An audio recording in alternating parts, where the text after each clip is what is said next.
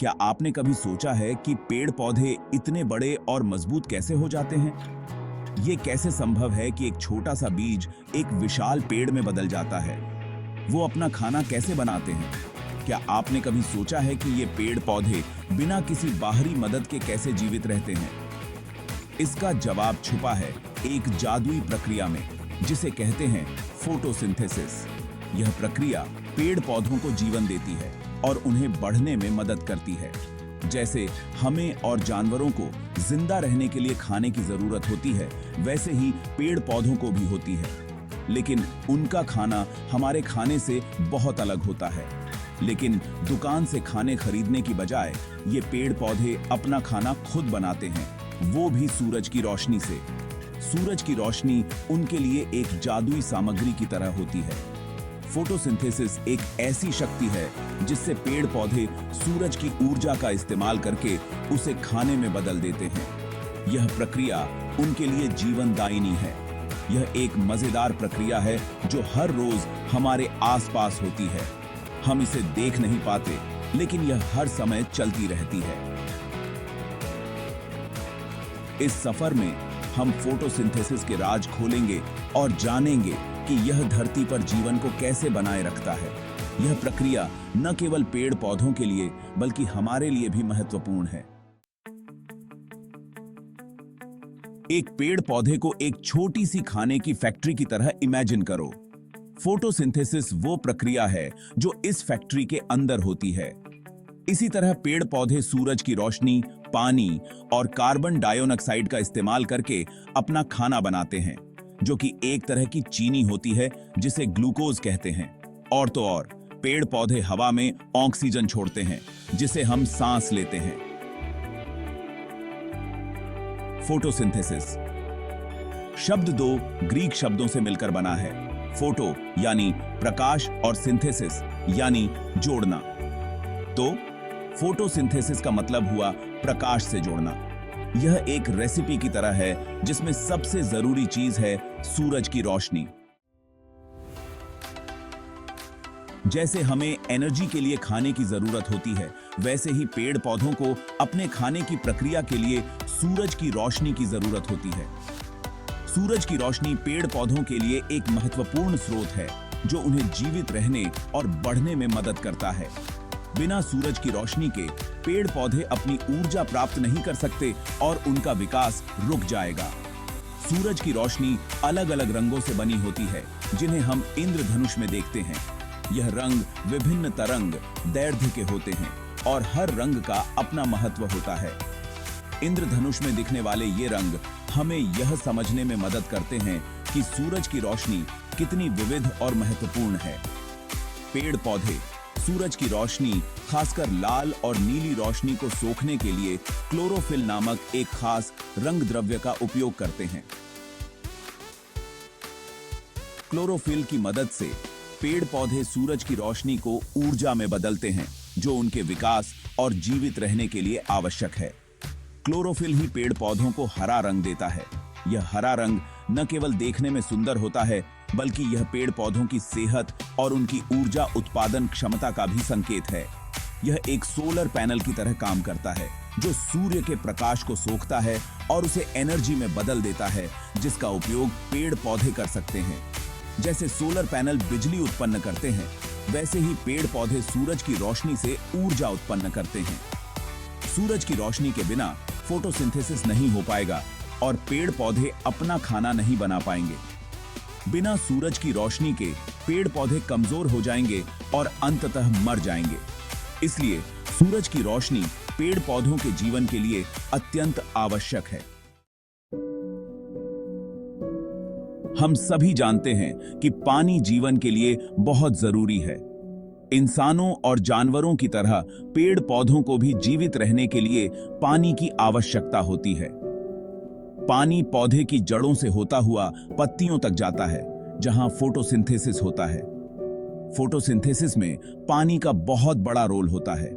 यह पौधे में पोषक तत्वों के परिवहन में मदद करता है और पौधे की कोशिकाओं को हाइड्रेट रखता है। पानी को एक डिलीवरी सिस्टम की तरह समझो, जो पौधे की फैक्ट्री तक जरूरी चीजें पहुंचाता है। की आकामनति है। भाग 5 कार्बन डाइऑक्साइड हवा से। क्या आपने कभी पत्तियों के नीचे छोटे छोटे छेद देखे हैं? इन्हें स्टोमेटा कहा जाता है और ये छोटे छोटे मुंह की तरह काम करते हैं जो पौधों को सांस लेने देते हैं। पौधे अपने स्टोमेटा के माध्यम से हवा से कार्बन डाइऑक्साइड लेते हैं। कार्बन डाइऑक्साइड एक गैस है जो हमारे द्वारा सांस लेने वाली हवा में मौजूद होती है। हम कार्बन डाइऑक्साइड छोड़ते हैं, लेकिन पौधों को फोटोसिंथेसिस के लिए इसकी आवश्यकता होती है। वे कार्बन डाइऑक्साइड से कार्बन का उपयोग ग्लूकोज के अणुओं के निर्माण के लिए करते हैं, जो उनके भोजन के स्रोत के रूप में कार्य करते हैं। भाग 6 क्लोरोफिल कनेक्शन। याद है क्लोरोफिल, वो पिगमेंट जो पौधों को हरा रंग देता है। खैर, यह सूर्य के प्रकाश की ऊर्जा को ग्रहण करने में महत्वपूर्ण भूमिका निभाता है। क्लोरोफिल क्लोरोप्लास्ट के अंदर पाया जाता है, जो पादप कोशिकाओं के भीतर छोटी संरचनाएं हैं। क्लोरोप्लास्ट को छोटे सौर ऊर्जा स्टेशनों के रूप में सोचें। जब सूर्य का प्रकाश क्लोरोप्लास्ट के अंदर क्लोरोफिल से टकराता है, तो यह पौधे को ऊर्जावान बनाता है, जिससे वह पानी और कार्बन डाइऑक्साइड को मिलाकर ग्लूकोज और ऑक्सीजन का उत्पादन कर सकता है। भाग 7 फोटोसिंथेसिस इन एक्शन। अब जब हम की इंग्रेडिएंट्स को जानते हैं, तो आइए देखें कि फोटोसिंथेसिस कैसे स्टेप बाय स्टेप होता है। सबसे पहले पौधे अपनी जड़ों के माध्यम से पानी सोखते हैं और उसे पत्तियों तक पहुंचाते हैं। इस बीच वे अपने रंध्रों के माध्यम से हवा से कार्बन डाइऑक्साइड लेते हैं। इसके बाद क्लोरोप्लास्ट में क्लोरोफिल द्वारा सूर्य के प्रकाश को अवशोषित किया जाता है। यह ऊर्जा पानी के अणुओं को हाइड्रोजन और ऑक्सीजन में विभाजित करती है। हाइड्रोजन तब ग्लूकोज पौधे के भोजन बनाने के लिए कार्बन डाइऑक्साइड के साथ जुड़ जाता है।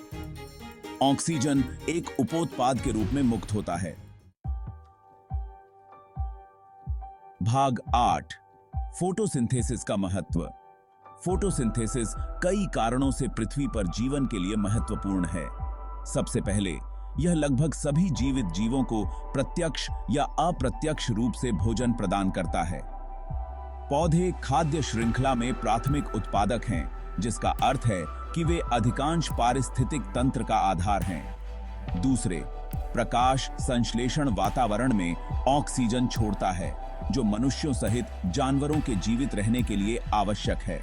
प्रकाश संश्लेषण के बिना हम जिस हवा में सांस लेते हैं, उसमें जीवन को समर्थन देने के लिए पर्याप्त ऑक्सीजन नहीं होगी। भाग 9 फोटोसिंथेसिस एंड यू।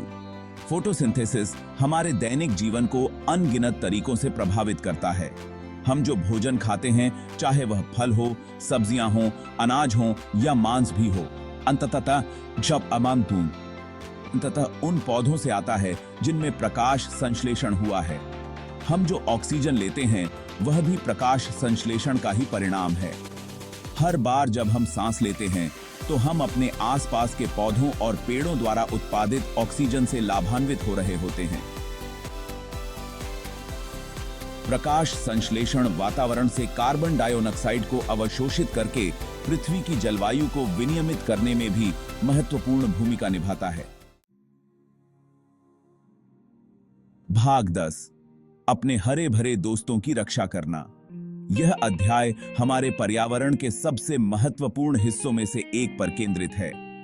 पौधे पृथ्वी पर जीवन के लिए आवश्यक हैं, क्योंकि वे न केवल हमें ऑक्सीजन प्रदान करते हैं, बल्कि वे हमारे पारिस्थितिकी तंत्र को भी संतुलित रखते हैं। और प्रकाश संश्लेषण वह प्रक्रिया है जो यह सब संभव बनाती है।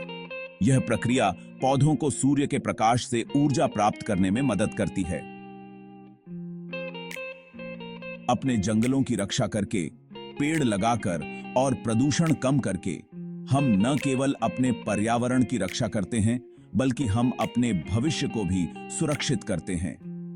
हम यह सुनिश्चित करने में मदद कर सकते हैं कि पौधे प्रकाश संश्लेषण करते रहें और हमारे ग्रह पर जीवन को बनाए रखें। यह एक निरंतर प्रक्रिया है जो हमारे जीवन के हर पहलू को प्रभावित करती है। और हमारे गड्ढे की ग्रिपी आम भी अम्न की पर जीवन को बनाए रखें। पौधों की विविधता और उनकी सुंदरता हमारे जीवन को समृद्ध बनाती है। याद रखें, आपकी ली जाने वाली हर सांस जो ताजगी और ऊर्जा से भरी होती है, पौधों की वजह से ही संभव है। आपके द्वारा खाए जाने वाले भोजन का हर निवाला जो पौष्टिक और स्वादिष्ट होता है, प्रकाश संश्लेषण की अद्भुत प्रक्रिया का प्रमाण है। प्रकाश संश्लेषण की अद्भुत प्रक्रिया का प्रमाण है। यह प्रक्रिया पौधों को बढ़ने और फलने फूलने में मदद करती है। आइए हम सभी अपने हरे भरे दोस्तों की रक्षा करने और आने वाली पीढ़ियों के लिए एक स्वस्थ ग्रह सुनिश्चित करने में अपनी भूमिका निभाएं। यह हमारी जिम्मेदारी है कि हम अपने पर्यावरण की देखभाल करें और आने वाली पीढ़ियों के लिए एक स्वस्थ ग्रह सुनिश्चित करने में अपनी भूमिका निभाएं। यह एक सामूहिक प्रयास है जो हम सभी को मिलकर करना होगा।